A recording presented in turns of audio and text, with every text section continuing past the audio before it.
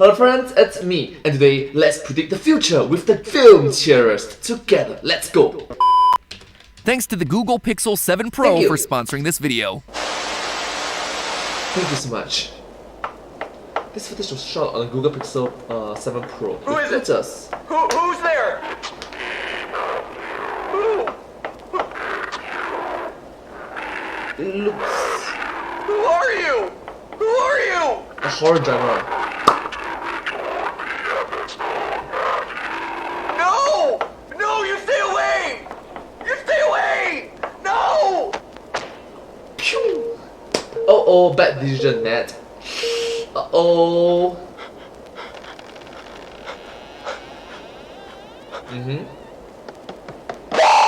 Wow, come on, man, my pet. Film Theory. Hello, Internet! Welcome to Film Theory. Hello, Internet. Welcome to Film Theory. Hi. Hi. Show that definitely isn't standing right behind you. Mommy.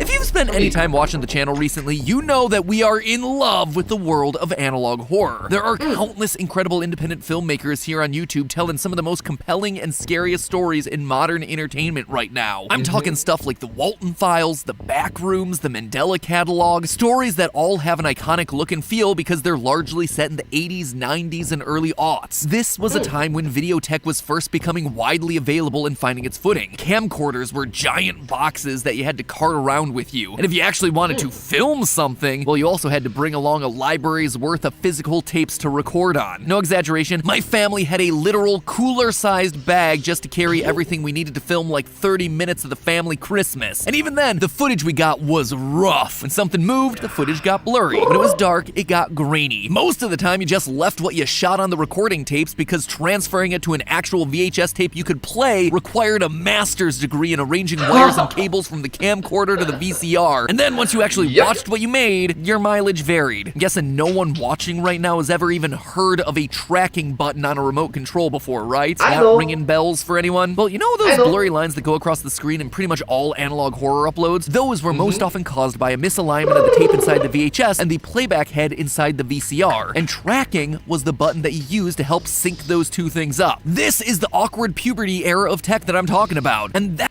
Oh my gosh, man, that's so cute. That's what I love about these analog horror series. They're videos that take the early limitations of tech from the era and use them to create genuine, authentic, memorable scares. Now, at the top of the episode, you heard that this video is being sponsored by the Google Pixel 7 Pro. In fact, that whole opening was filmed on the phone's camera, a camera that just has a ton of amazing features. We had to work really hard to make the footage from this thing look old and scary like analog horror. Just take a look. With a lot of filters. Look at this. This is the final shot, but watch as we remove one filter, two, get rid of the vignette, and a final effect, boom! This is the original footage that we were working with, and it looks fantastic, which got me thinking, what would modern analog horror look like? The aesthetic of analog horror is built off these technological limitations of 80s and 90s home video, motion blur, no ability to see in the dark, things that are just barely visible off in the distance. But those limitations don't exist today. Just look at the Google Pixel 7 Pro, a phone small enough to fit in your pocket, but equipped with a camera smart enough to challenge tech 10 times its size. Motion blur isn't a problem because it has image stabilization. In fact, the blur is in your control with features like cinematic blur, keeping the subject in focus and blurring the background. Is it too dark? Not a problem. The Google Pixel 7 Pro has night sight, where you can take a picture in almost absolute darkness and still wind up with something to show for it. Oh, is there something off in the distance that's too far to truly make out? Again, it's not a problem. This itty-bitty piece of tech now has a 5x zoom telephoto lens and records in 4K, so that scary pile of pixels off in the woods is just the non-scary pile of rocks that it always was. I gotta be honest with you, we have great cameras here in the studio to film on, but most of the shoots that we do at this point are on Pixel phones because the cameras are high quality, they're easy to use, and they're smart. The shots look better because the camera is largely doing a lot of the work for us. So this then begs the question, is modern technology too good to make effective analog horror? Could an analog horror series take place in the modern day when everyone and their grandmother has access to a high-quality camera sitting in their pocket? Today we're looking at the tropes of analog horror to see what the equivalent would be if it was themed around today. In 20 to 30 years, when people look back at this era of entertainment, what will the retro tech horror stories look and feel like? Curl up and hide under the blankets, loyal theorists. We're about to find out. So So, case in point, if you're watching this from the future, I'll probably be with my kids. Maybe my kids very early and they'll have their kids, and then I'll be hugging my own grandchildren. Aww, I'm a good grandfather. By then, what do you think it's going to happen? So before we can really jump into the idea of modern tech being too good to make analog horror, we should first take a step back to fully understand what makes the 80s and 90s tech so perfect for this type of storytelling. Like I mentioned in the intro, series like The Walton Files, Backrooms, Mandela Catalog, all of them were made to look like they were filmed on ancient camcorders. They have that iconic, jittery, blurry VHS look. This sort of Yeah, very iconic indeed. technology became cheap enough to mass produce by the 1980s and were fairly common by the 1990s. That's why so many of these series take place in this era of content. It's also where we get the analog part of the label analog horror. These old camcorders used analog signals to write information onto actual magnetic strips. An analog signal is basically some sort of thing that constantly changes to represent different data points. This could be the heights or frequencies of wavelengths, like with radio signals, or even stuff that's simple, like a record where it reads the heights of grooves on the record and then translates that into an audio output. Because analog recordings are literal waves, there's an infinite amount of detail that you can get in there, but it also makes it more likely to have interference, like you see with television static. Hence why old TVs had antennas that you could use to fine-tune the signal. By contrast, digital signals are discrete packages that are stored as units of ones and zeros. A digital recording takes snapshots of the analog signal at a certain rate. The higher the rate, the closer to the original signal you're gonna get. Instead of encoding information onto a physical tape like with analog, digital signals store it onto memory cards. Anyway, at that time, analog tapes had the potential to be decent quality, but it turns out that the tech wasn't exactly the ideal solution for long-term storage. See, magnetic tape begins to degrade after 10 to 20 years if it isn't stored properly, meaning the footage gets blurry, it gets glitchy, corrupted. Here's a friendly reminder to convert all your old home videos into digital if you haven't already here, folks. What's more, the footage from these old cameras and camcorders was often interlaced. Have you ever paused an old video and noticed that any motion blur seems to have this weird series of horizontal lines running through it? That means that the footage was interlaced. Each single frame of the video only had about half the information needed for the full image. The rest of the image used the previous frame, meaning that any motion would be slightly offset and thus the horizontal lines. This drastically cut the amount of data needed for the full video, making it easier to both store and broadcast, but it also resulted in huge losses in quality. The opposite of this is known as progressive scan, where an entire image's worth of video is shown in each individual frame. You ever notice when you select the quality of a YouTube video, it says something like 1080p? Well, the P stands for progressive scan. And the more you know, I guess, the more you know. almost all video shot today uses that as the standard. Regardless, the lower quality interlaced video being played on a big ol' CRT screen helped to create the iconic flickering look that we now associate with old videos from this era. And you see, that's why it works so well for horror made on a budget. Not only is this sort of technology really cheap nowadays, but the look is easy to recreate in post-production using modern editing software. Like here, bam! Our editors just threw a bunch of effects on this to make it look like an old VHS, and it's what, like 2 layers in After Effects? This is literally just one effect. One effect.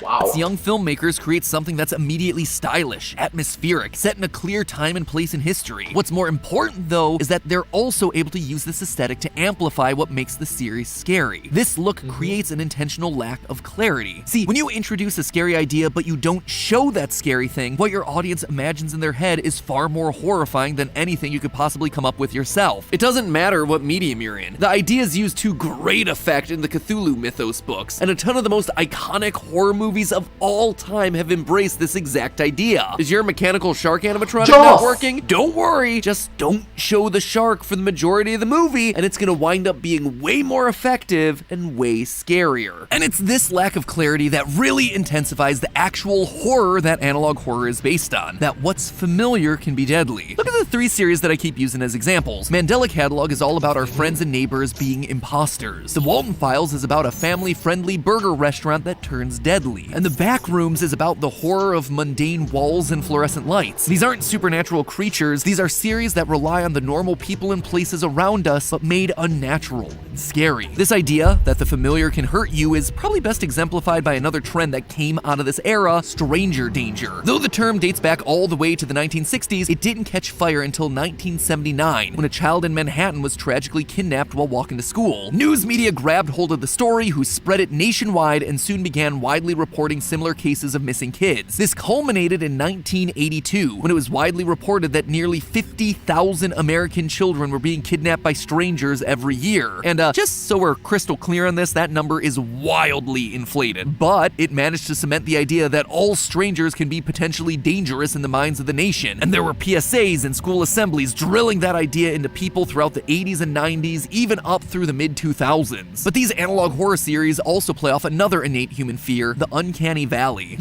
Alright, the uncanny valley. I'm not sure if you heard about that. Let's learn about it together. This is a phenomenon that many psychologists have noticed where people have strong negative reactions to things that look almost human but aren't quite all the way there. Insert any low-budget, poorly executed CGI here. But again, this is where analog horror shines. Without the budget to pay for pristine, photorealistic computer-generated worlds, these stories lean into the unsettling nature of things that are slightly off from reality. The alternates from Mandela catalog are stretched, deformed human monsters. They're almost human, but not quite. The animatronics of Walton's restaurants exhibit jerky movements and speak in dead, emotionless, pre-recorded phrases. The Backrooms takes a generic office layout but then twists it into something that's not built by human hands. Something that on the surface looks familiar, but where the nuances don't match up. The layout doesn't quite work with what those spaces would actually look and feel like if it was actually made by humans. Things are just slightly off, which keeps us off balance and nervous. But having laid all of that out, you can start to see the problem here, right? Modern technology just isn't super compatible with that flavor of classic analog horror. Our cameras are too good and there's just a lot of them everywhere. And even if you are working with older, blurry footage today, there are upscaling programs that are able to use complex algorithms to increase the quality of footage near flawlessly. So if we were to sit here and think about what modern analog horror would be, what would it look like? If current analog horror thrives on the limitations of the technology from the past, what will the creators of the future be exploiting to scare us with stories about today? Since clarity of image isn't an issue anymore, we'd need to find something about contemporary technology that is scary. Honestly, I had to really think about this one. I mean, there are some obvious answers like social media and that everyone shares a ton of information about themselves online and not. Just saw a film about it give me what? Not everyone is what they seem, but that's not super unique. Those stories are already being told by Hollywood. We all understand the scare potential there. It's also not a true parallel to analog horror. Again, the genre is about the limitations of filming equipment. Equipment that today seems to have no limitation. And therein lies the answer, I think. That right there is the point. Not that the video gets blurry in the dark or that a shaky camera obscures the movement of a monster as it comes toward you. In an ironic twist, where analog horror as we know it's rooted in the limitations of technology from the 80s and 90s, I expect creators of analog horror in the future to lean into the idea that technology became too good in the 2020s. That what we You have grown, you have developed, you have built, you have learned too much to the point in which it overtakes our natural instincts of common sense, human common sense. we define as photorealism has actually evolved beyond reality, now able to create realities that never even existed in the first place. What made me think of this was actually the Pixel 7. There's this feature in the camera called Magic Eraser, which lets you go into your photos after you take them to remove small objects in the background. It does this using AI, filling in the space left by the object with information about the space around it. It is, without exaggeration, an incredible tool. It helps you to create the perfect moment even if you weren't able to capture it at the time. I cannot tell you the amount of times that Steph and I have woken up at 4 a.m. just to get a picture in front of some landmark without hordes of people lingering in the background. Magic Eraser solves that problem instantly, getting me extra sleep while we're on vacation, which I am so thankful for. But Magic Eraser also shows how instantaneous this sort of tech is getting. Literally, you rub your finger and stuff in the background disappears. It erases people out of a moment in time. It only takes you a few seconds of your life. It's not weeks of editing, it's not months of editing, it's just a few seconds. Like, and ta-da! Gone. literally creating a new reality with just the touch of a finger. And sure, this sort of stuff has always been possible to some extent thanks to photo editing software, but the ease and speed at which it's possible now with the Magic Eraser is incredible. And we're not just talking about correcting photos either. I'm sure you've seen the news about AI with the ability to create artwork from using just a few keywords. My friends over at Corridor Digital have been experimenting with this sort of content creation for a while now. Let me tell you, AI image generation is even getting to a point where you feed it a bunch of pictures of an individual person and you can get it to spit out high-quality artistic interpretations of that person in almost any style you want. No joke, companies are already starting to talk to me about how this sort of technological advancement could be used to automatically generate video thumbnails in the near future. And it's not— And make it fast. Like for example, it will take me like 5 minutes, 10 minutes, fastest 5 minutes, 10 minutes to make a thumbnail for my channel. If I can just do it within like 5 seconds, wow.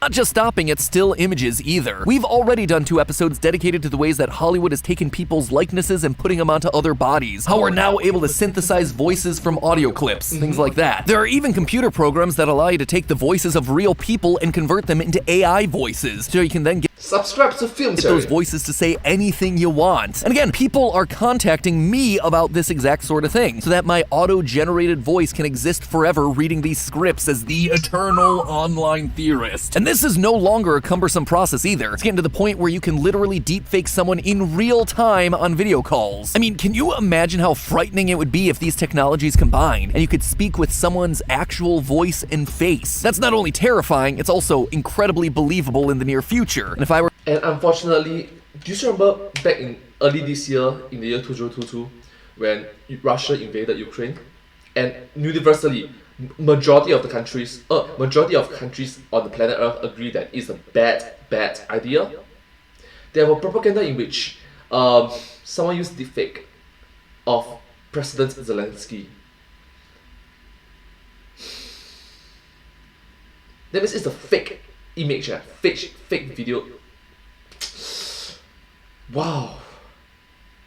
People's lives are actually dying, and this sort of misinformation used by deepfakes, deepfakes can actually lead to confusion. People dying. Actual human being dying.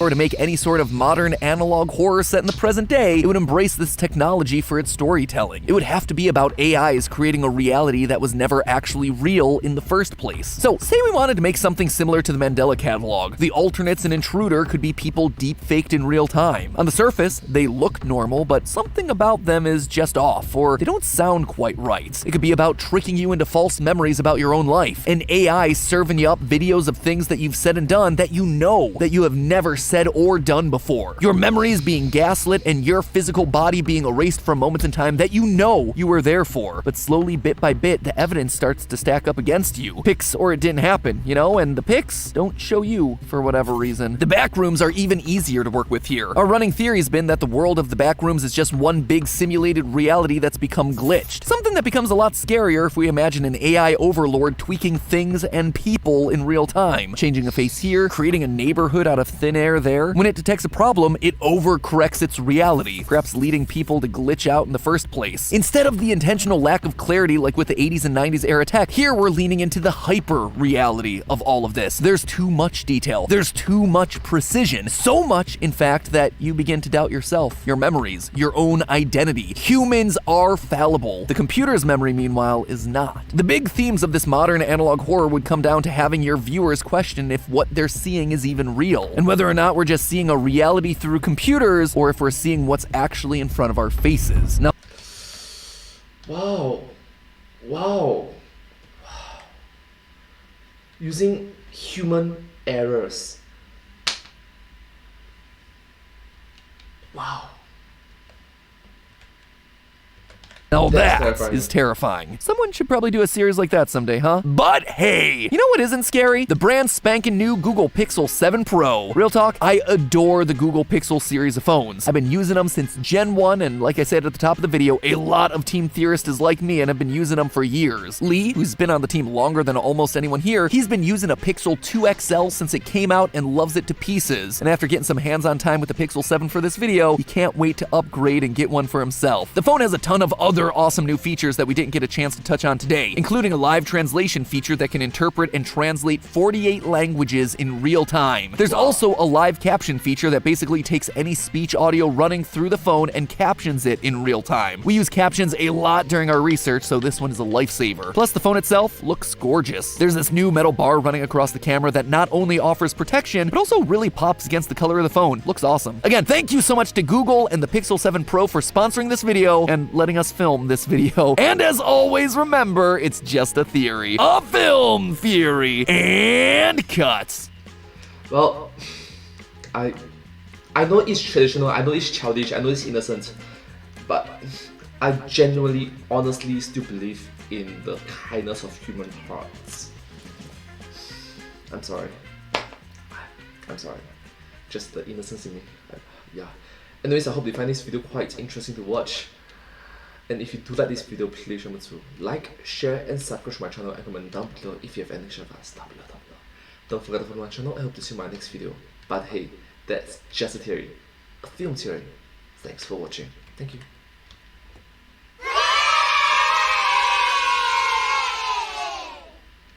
And I hope to see you all in my next video.